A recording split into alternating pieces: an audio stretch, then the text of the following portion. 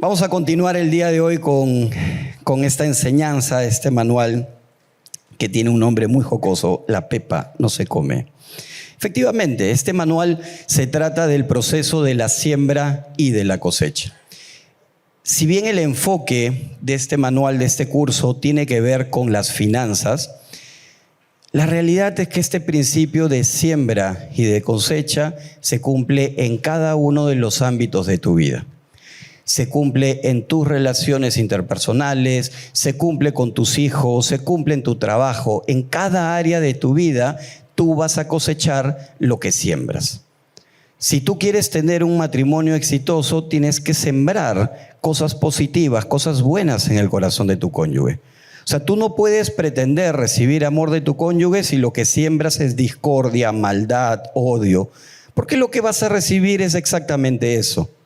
Lo mismo es con tus hijos. Si tú no te das el tiempo de educar, de criar, de guiar a tus hijos, mañana más tarde no te estés quejando porque lo que vas a cosechar no es nada bueno.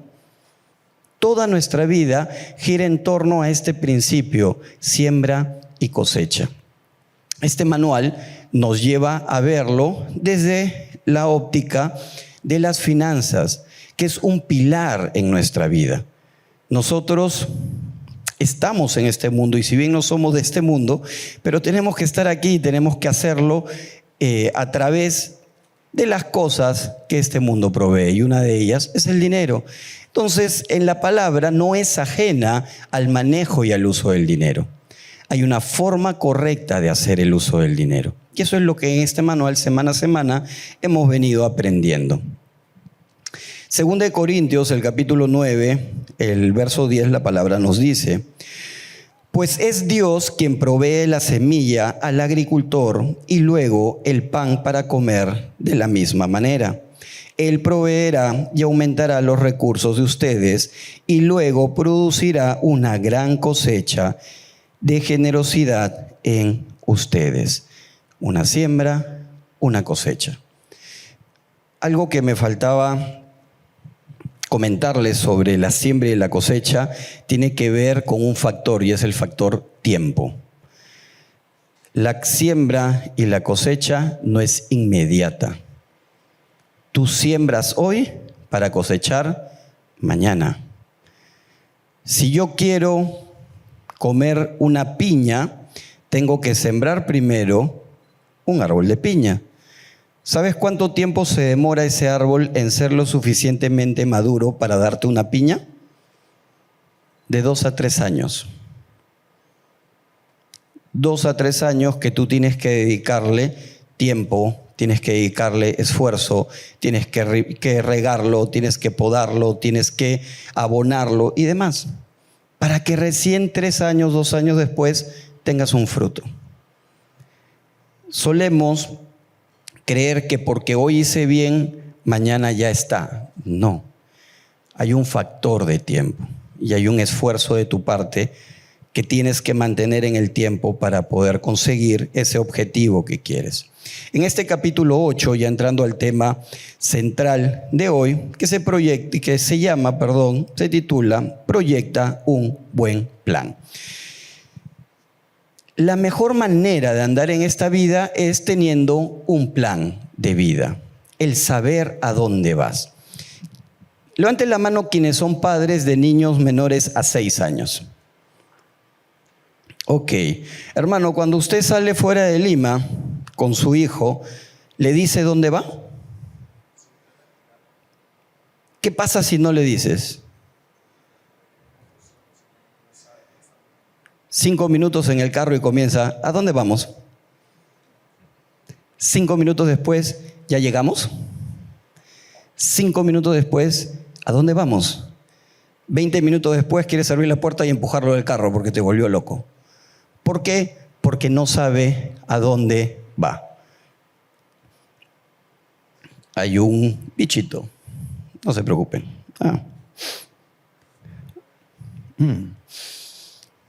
Entonces, hasta para un viaje es necesario tener un plan. El niño reacciona de esa manera, ¿por qué? Porque genera ansiedad. ¿Ansiedad de qué? De no saber a dónde va. se pone ansioso, se frustra al no conocer cuál es el camino que va a trazar. Cuando uno termina el colegio, es normal que un padre le pregunte a su hijo, hijo, ¿qué quieres estudiar? Porque es el plan de vida.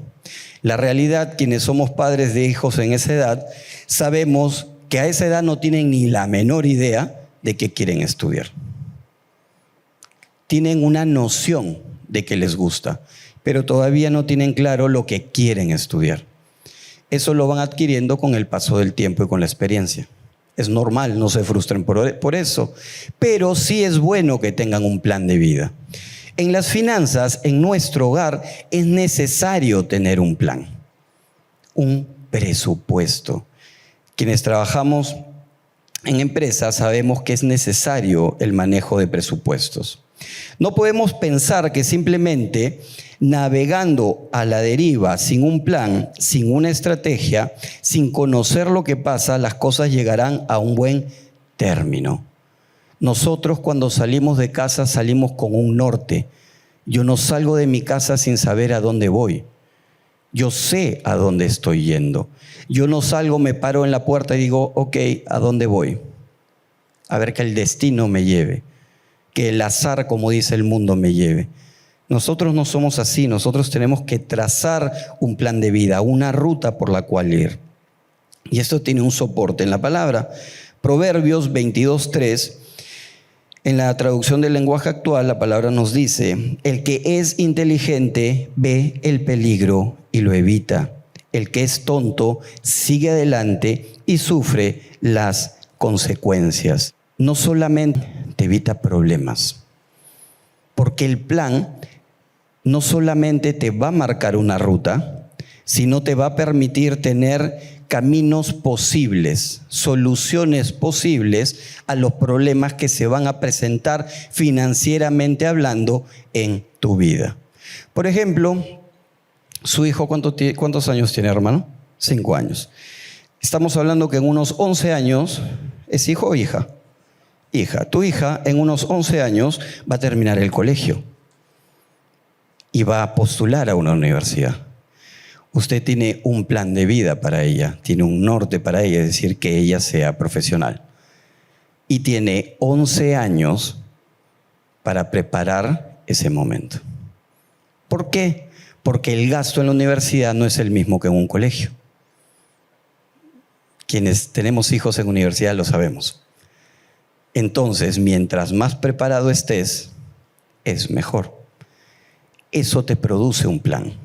Te produce un camino, un soporte, un respaldo para las distintas circunstancias que en la vida se pueden presentar. Entonces, hay tres pasos para poder armar un plan de manera efectiva. Como estamos hablando de finanzas, de dinero, el primero de ellos es el presupuesto. Eso que en el Estado no saben ni con qué se come, pero eso es lo que nosotros tenemos que hacer.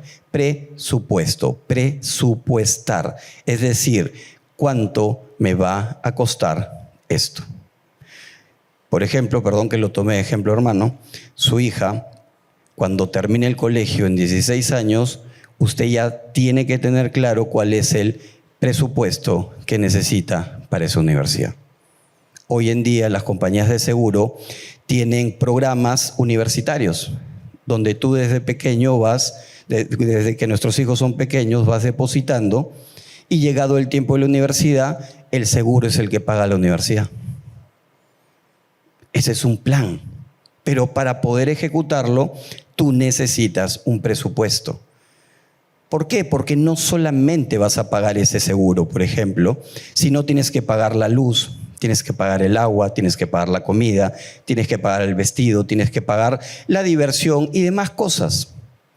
Levante la mano el que sabe exactamente cuánto gasta al mes.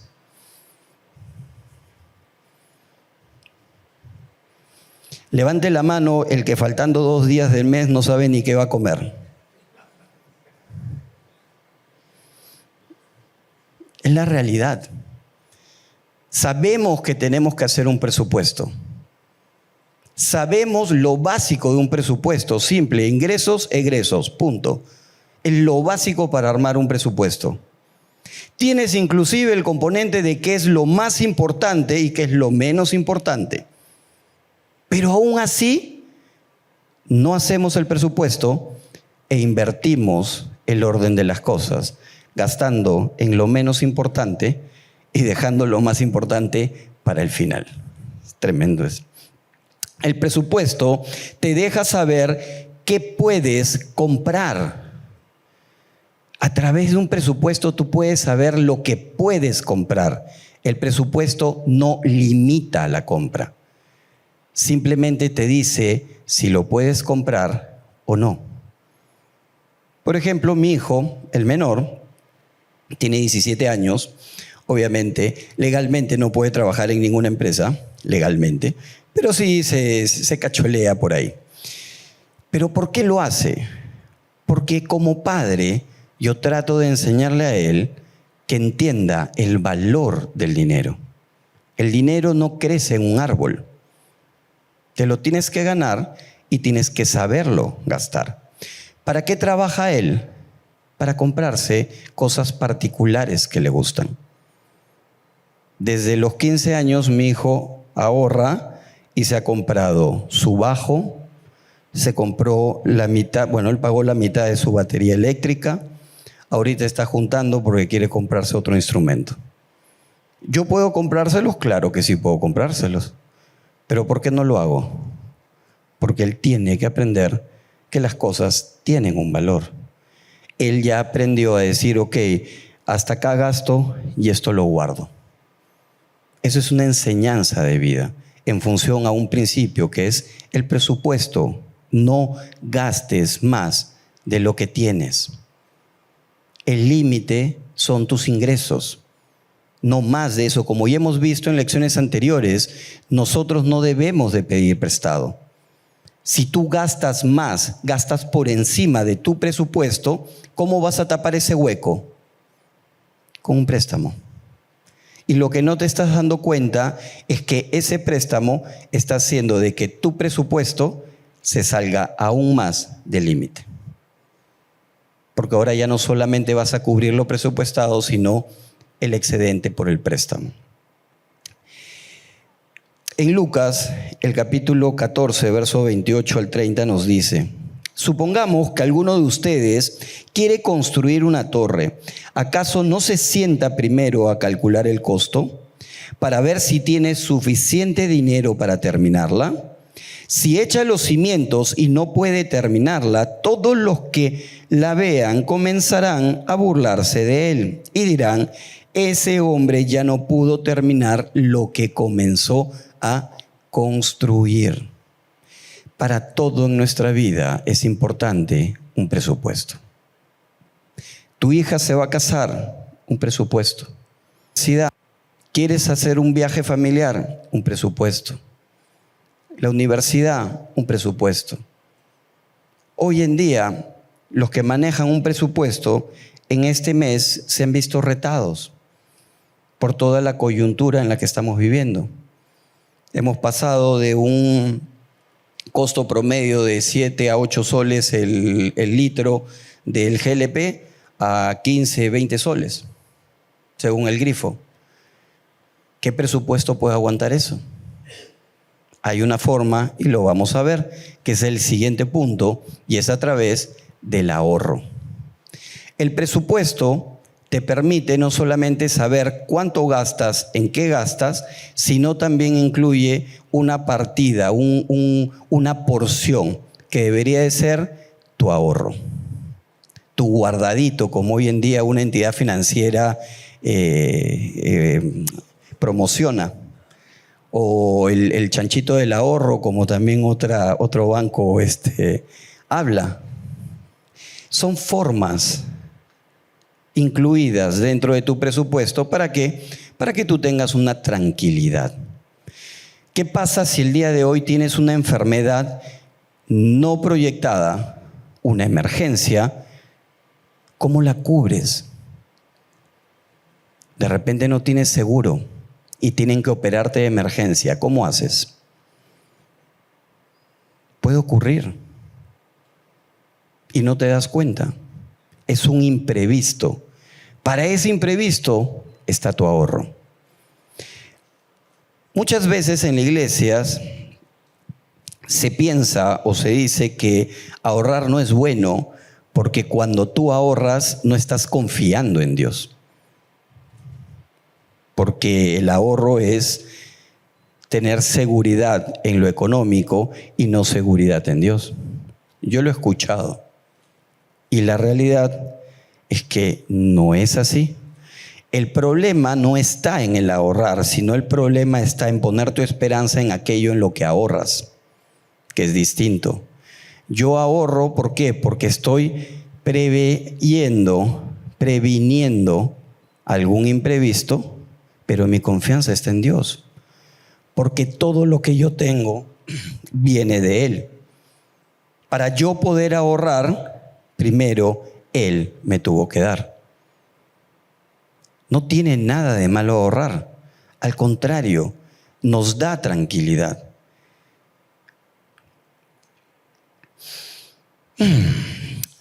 Proverbios 6:6 al 8 nos dice: anda perezoso, fíjate en la hormiga, fíjate en lo que hace y adquiere sabiduría. No tiene quien la mande, ni quien la vigile ni gobierne. Con todo, en el verano almacena provisiones y durante la cosecha recoge alimentos.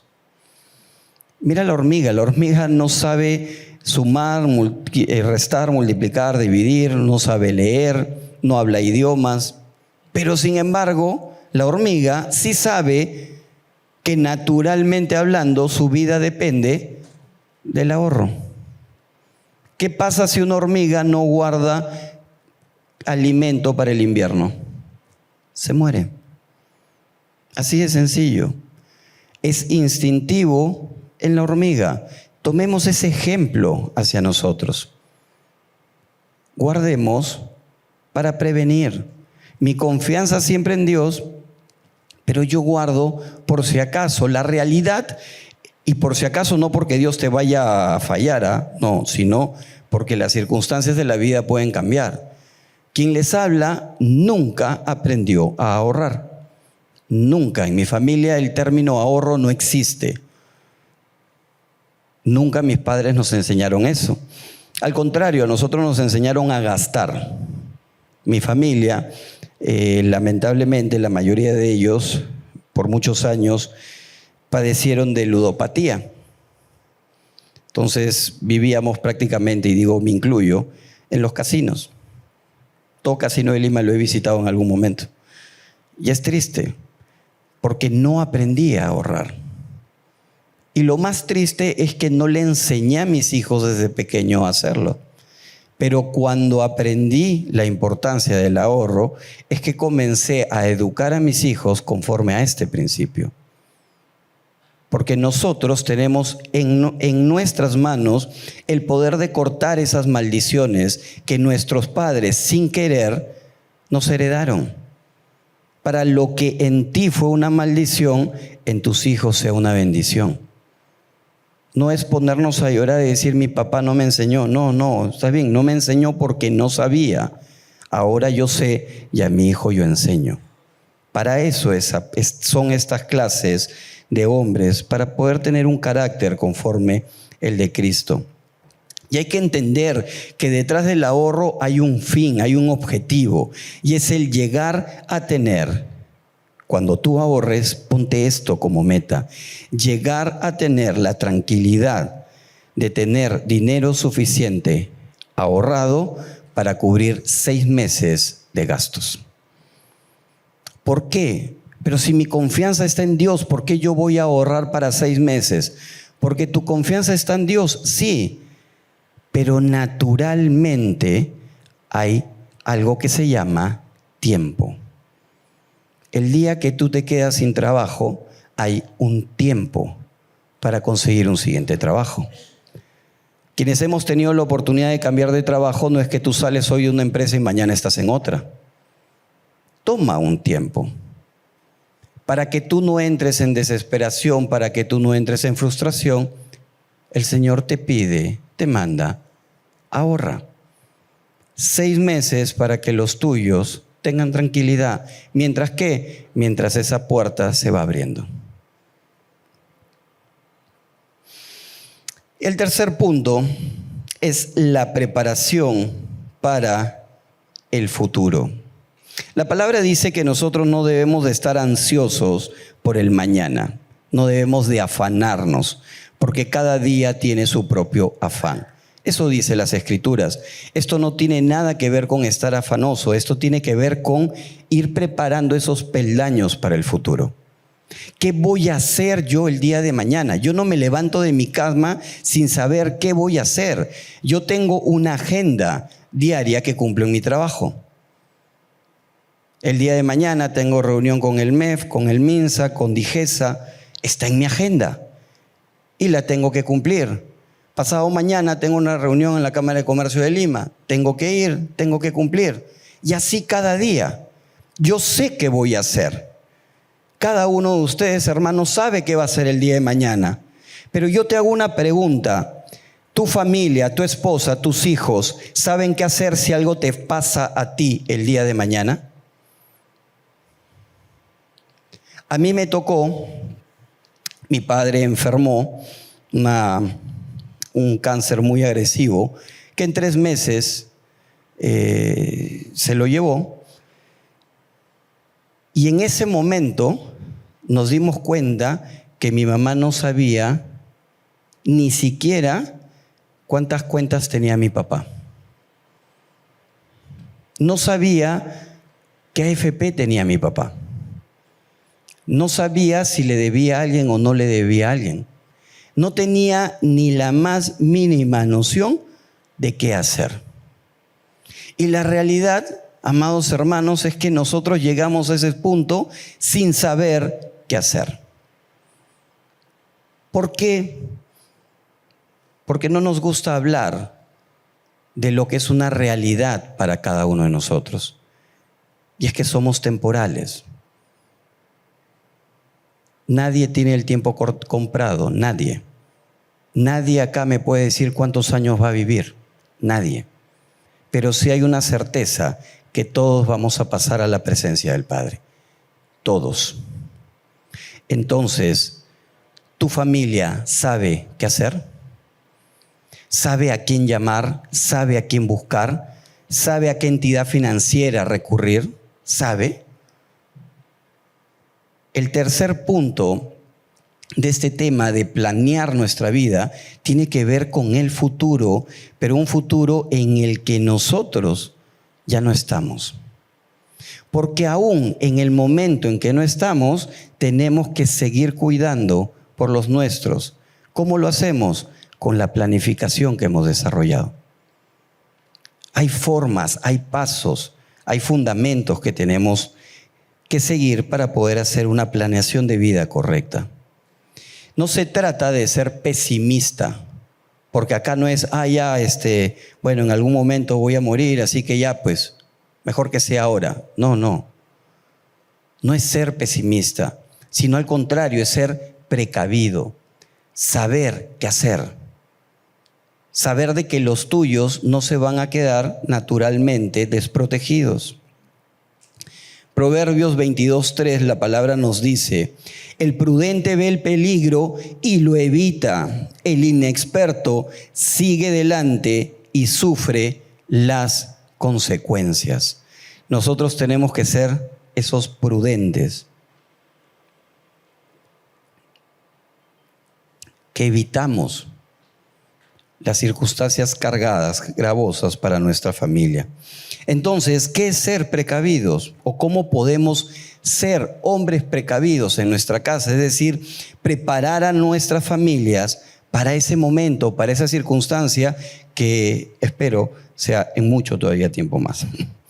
Si eres cabeza de familia, ten un seguro de vida. Un seguro que proteja a los tuyos, sobre todo teniendo en cuenta la edad de tus hijos y si tu esposa, tu cónyuge, trabaja o no trabaja.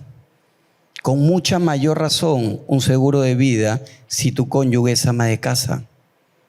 Con mucha mayor razón, un seguro de vida si tienes hijos pequeños. porque es una seguridad para ellos. Otra forma de ser precavidos es mantener la información al día y que sea de conocimiento de tu cónyuge o de una persona confiable. Números de cuenta, pólizas, seguros en general, bancos, todo. ¿Tu cónyuge sabe la cuenta de tu tarjeta? Cuando mi padre partió, mi mamá quiso ir al banco a hacer un retiro y no sabía el número de cuenta, el número de clave de la tarjeta de mi papá. Todo el trámite que ocurrió después demoró entre 3 a 4 meses. Fueron 3 a 4 meses que mi mamá, obviamente, no tuvo ningún ingreso. Por un simple detalle, no conocer la clave de la cuenta de banco. Un detalle. ¿Tu cónyuge sabe? ¿Tu cónyuge sabe cuántas cuentas de banco tienes? ¿Cuentas de ahorro? ¿Tarjetas de crédito? ¿Tiene acceso a ellas? O de repente una persona confiable, un albacea, alguien que tenga esa información. De repente tu esposa pues es muy nerviosa o tal vez es hipertensa y no va a manejar muy bien las cosas, no importa. Es viable si es viable, ocurre, pero para eso tienes alguien más, un hermano, un amigo, alguien que pueda hacer ese soporte en ese momento.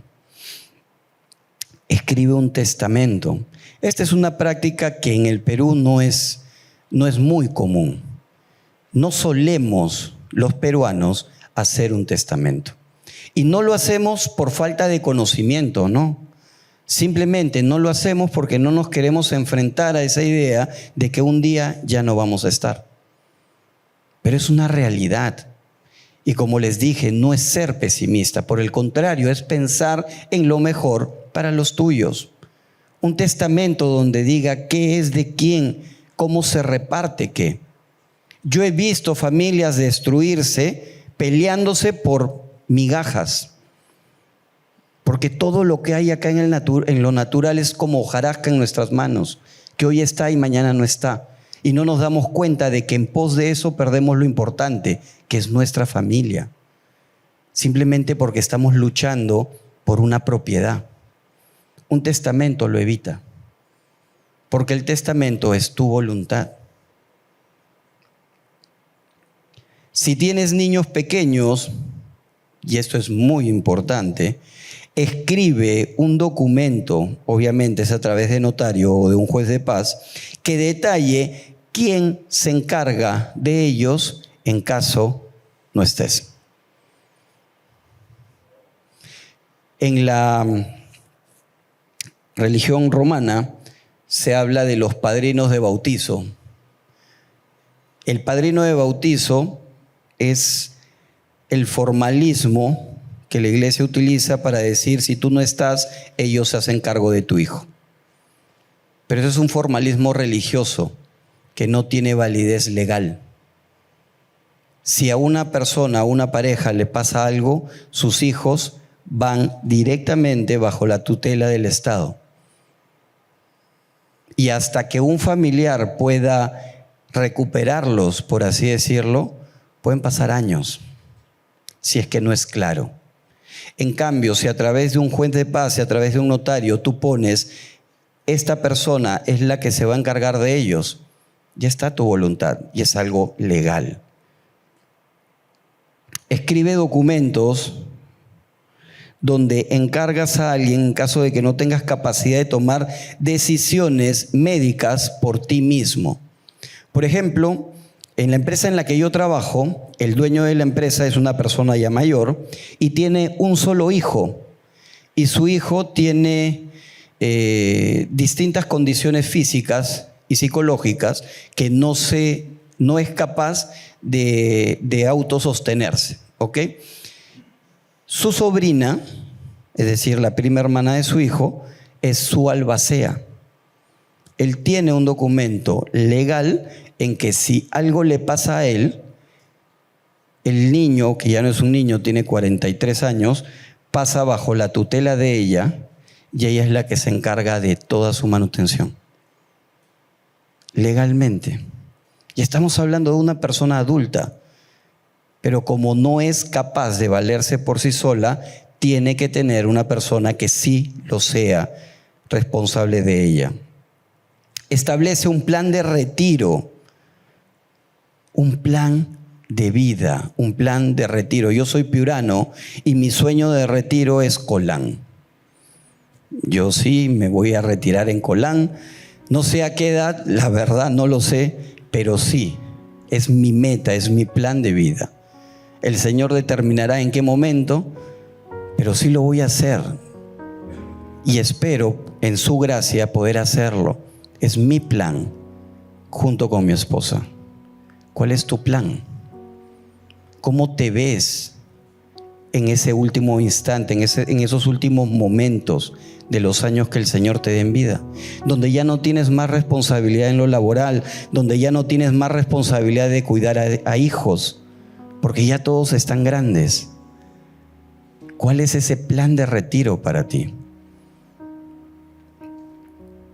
Efesios 3, 20 al 21, la palabra nos dice: al que puede hacer muchísimo más que todo lo que podamos imaginarnos o pedir, por el poder que obra eficazmente en nosotros. A Él sea la gloria en la iglesia y en Cristo Jesús por todas las generaciones, por los siglos de los siglos. Nuestra confianza tiene que estar puesta en el Señor. El presupuesto, el establecer un plan de vida, el establecer una ruta que debemos de seguir, no es que ponga nuestra esperanza en eso. Yo no tengo mi esperanza en mi centro laboral, yo no tengo mi esperanza en cómo mi esposa se levante, yo no tengo mi esperanza en cómo mi pastor me mire. No. Mi esperanza está puesta en Dios. Él es el motor de nuestra vida. El plan lo hacemos en lo natural, pero con la certeza de que es Él el que nos va a sostener. Pero es necesario tener un plan de vida. Es responsable como padres saber qué es lo que vamos a hacer y saber qué es lo que van a hacer los nuestros el día que no estemos. Y eso lo aprenden nuestros hijos desde pequeños. No por lo que tú le digas. Tú lo puedes traer a tu hijo acá y va a ser instruido, va a ser formado, pero ten por seguro que él va a hacer lo que te vea a ti hacer. Así de claro. Tú quieres que tu hijo aprenda a presupuestar su vida, sus finanzas, enséñale. Tú quieres que tu hijo sea un ahorrador, enséñale a ahorrar. Tú quieres que tu hijo sea precavido en su vida, enséñale a hacerlo, que te vea a ti haciéndolo. Es ahí donde él va a aprender, es ahí donde ella va a aprender. No en tus palabras, no sentado en una silla, sino en el día a día compartiendo contigo.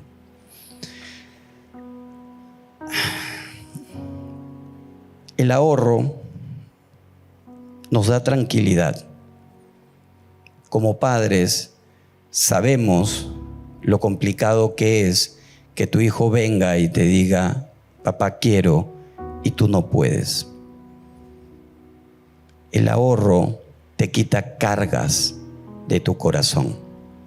Todo lo que hemos venido hablando hasta esta lección tiene que ver con: no te endeudes, sé responsable en tus gastos.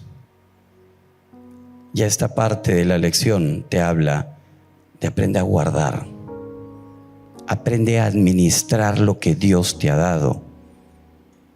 Dios te da lo que necesitas cada día, pero también te da para que guardes, porque aún de eso que guardes no es solamente para tu beneficio, sino también es para que salgas y compartas con otros. ¿Cómo puedes compartir con el necesitado si con las justas tienes para ti? Porque estás lleno de deudas. ¿Cómo puedes tenderle la mano a la viuda, al huérfano, al enfermo, al desamparado, si tú estás tan igual como ellos? ¿Por qué? Porque no tienes un norte en tu vida. porque no tienes un presupuesto claro. Son pilares en nuestra vida. Dios es el que te bendice, pero acuérdate que Dios te bendice para que tú seas de bendición para otros. ¿Ok, iglesia?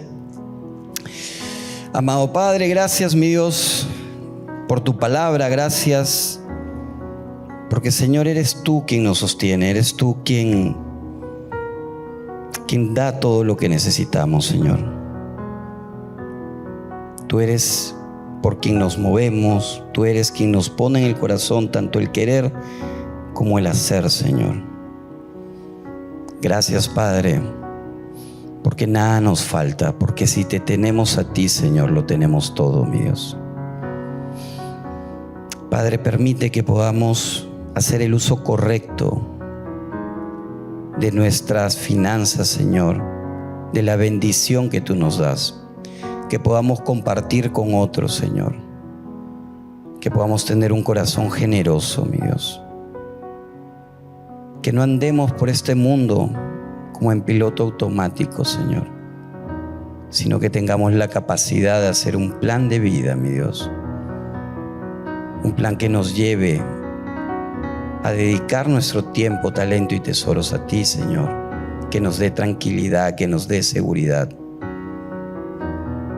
y que, Señor, podamos afrontar esas decisiones para salvaguarda de los nuestros, mi Dios, de nuestra familia, aún en el momento en que tú ya nos hayas llamado a tu presencia, Señor. Padre bueno, sé tú quitando de nuestro corazón todo aquello que nos permite tener unas finanzas sanas. Quita, Señor, toda maldición de nuestro pasado que nos enseñó a gastar, a no medir, a no presupuestar. Y que aún esa área la podamos poner a tus pies, llevarlas a tu cruz, Cristo, para ser transformados, para lo que está muerto hoy en nuestro corazón, viva en ti, Señor. Gracias, Padre, por tu obra, por lo que estás haciendo y lo que vas a hacer en nuestras vidas. En Cristo oramos. Amén. Amén, iglesia.